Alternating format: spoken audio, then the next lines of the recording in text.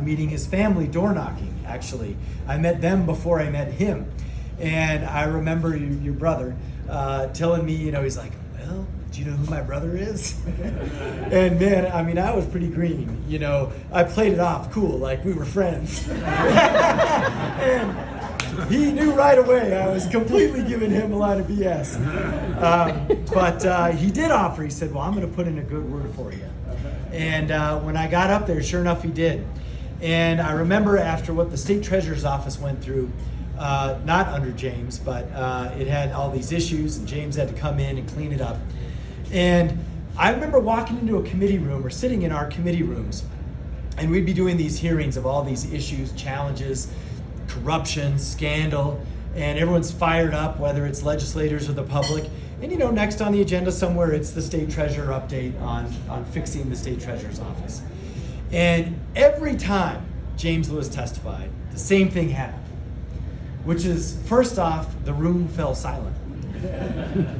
Silent, actually, with respect, and literally he would walk in, and there's no entourage or anything, some staff or whatever, but it was a presence that he brought when he walked in. And it was that feeling of integrity walking into a room. I've never seen it with anyone else to this day. I have never seen that effect. You see it in different ways, when celebrities pop up here and there, but it was seeing the panel. I looked down on the rostrum, and whether it was Republican or Democrat, senators who'd been there for 40 years, or myself in my first year, and everyone's just sitting there looking at James, listening. No one's writing notes on their sketch pad. No one's whispering to each other. You know how the legislature is. And, everyone's just wrapped with attention. James delivers a smooth presentation, restores confidence in the treasurer's office, walks out with integrity, not a single question. He's also the only guy who goes up there, and no one asks many questions. I remember I asked him one question. I said, how come you use so many color PowerPoints? And he was really into the full color PowerPoint. That was also part of his mystique.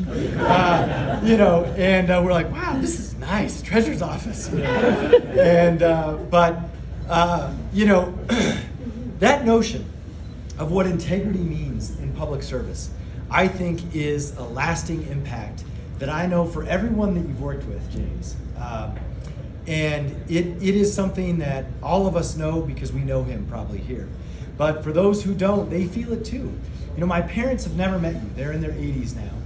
And I remember when I first got into public service, they told me about the two politicians that they actually knew.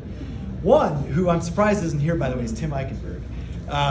And they're like, well, that Tim Eichenberg, he kept our taxes low. None of that's even true, but that's just somehow that's tricked my parents into believing that. And then they said, and my dad's like, yeah, and there's that James Lewis. Integrity. I don't have anything negative to say about that politician. And he did not. I'm not a fan of politicians. My family, believe it or not. And so, that legacy, which I think everyone in New Mexico and beyond feels, and I know nationally you've been well recognized too. But I think you've accomplished something, some rarefied air in New Mexico and around the country. And it's to somehow be in public service, be in elected office, and do meaningful, tough things, and still represent and stand for integrity. It's something I know I aspire to. I will never even come close to that level. But you've given me something to reach for. And I also think for all the other elected officials and public servants too, you kept that gold standard. And it's a standard that we see eroding all across the country, and unfortunately here and there, even in New Mexico. And that's why it's so important, I think, that we share that about you and about your work. And that's what this award, I think, is fundamentally about. It's about integrity. And it's about everything that you've been able to accomplish and maintain that integrity. And I'll close with this. When I came in to the mayor's office, there was, a lot that had to be done. Not that anything's changed, by the way, with that. But, we had a pandemic in the middle, so, we lost a few years there. But when I came in, there was a deep desire for a intergenerational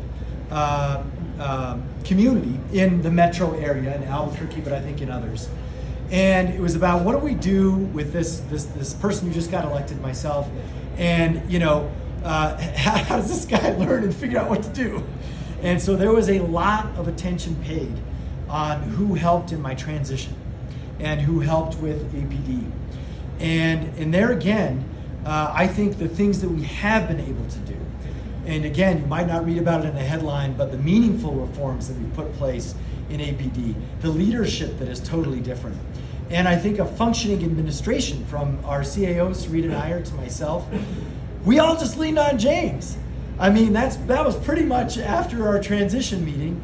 He would come in for different meetings once a week or once a month and, give us a mix of wisdom, also tell us what he was working on. But essentially, you help craft a city, I think, for the next generation, because I know whether I'm there for a lot longer or not, the group of leaders that we brought in as part of your transition effort and that you helped groom when we come in, a lot of those folks are going to be there for at least 10 years. And they're the ones who are going to be taking care of our kids and building Albuquerque for the next level. And these are some of the more mid-level staff and so forth, but that still felt that guidance and that mentorship and that touch from James during that time. So I hope he's not done, because we'll just give you another award in 6 or 7 years. And I'm going to come calling and asking you to do some more work for the city of Albuquerque. But with that, I just want to say thank you so much for being the standard bearer, the guiding light, the golden notion of integrity in public service for all of us and for the state of New Mexico and the city of Albuquerque. Thank you, James Lewis.